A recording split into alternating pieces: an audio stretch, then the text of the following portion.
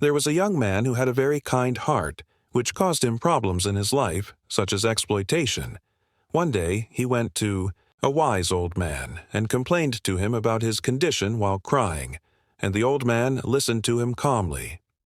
When the young man finished speaking, the old man looked at him smiling and said, "My son, kindness of heart in this time is a rare currency, in a time when kindness has become rare among people.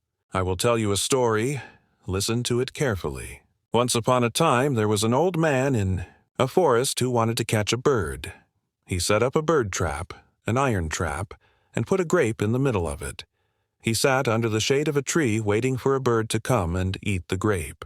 A short time passed, and suddenly a bird landed on the ground.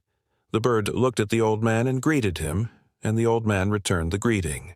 The bird asked, "Why do I see your back bent?" The old man answered, "From too much worship." The bird asked, "Why do you wear worn wool?"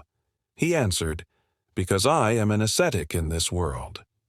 The bird felt happy and also asked, "Why do I see your skin stuck to your bones?"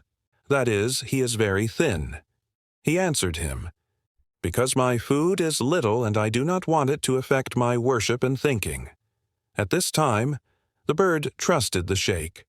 The bird looked at the grape and asked him who this is for. He answered him, "This is for the poor like you." He approached it and fell into the trap. "My dear, your kind heart is a blessing and a priceless wealth. Preserve it, but remember that you have a mind. You must think well so that you do not fall into the traps of this world and the traps of the bad people in it. Treat with your heart those whose love you see and feel, and treat the rest with your mind and be alert enough. As one of the wise men said, 'Do not be soft, lest they squeeze you, nor hard, lest they break you.' Get up, my son, and thank God for his blessings upon you.